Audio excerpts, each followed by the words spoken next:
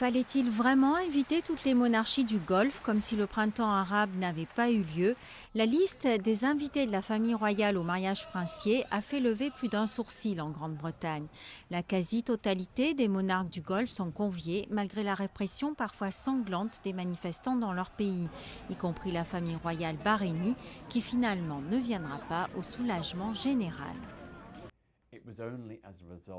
C'est seulement parce que nous avons protesté la semaine dernière que tout d'un coup, le prince héritier du Bahreïn ne vient plus au mariage. Il était invité, il était sur la liste et il avait accepté. C'est quand même une gaffe monumentale de la reine.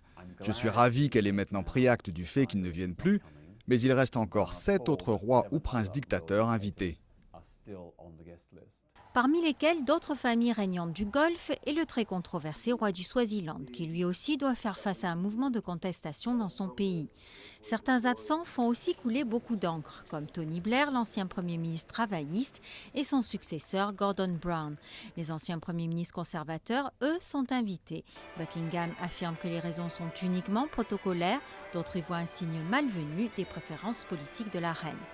Heureusement, la plupart des autres 1900 invités sont beaucoup plus consensuels, du tenancier du peuple du petit village de Kate à David Beckham en passant par Elton John. Les badauds, qui commencent déjà à se rassembler devant Westminster, pourront aussi apercevoir les autres futurs mariés de l'année, le prince Albert de Monaco et sa fiancée Charlène.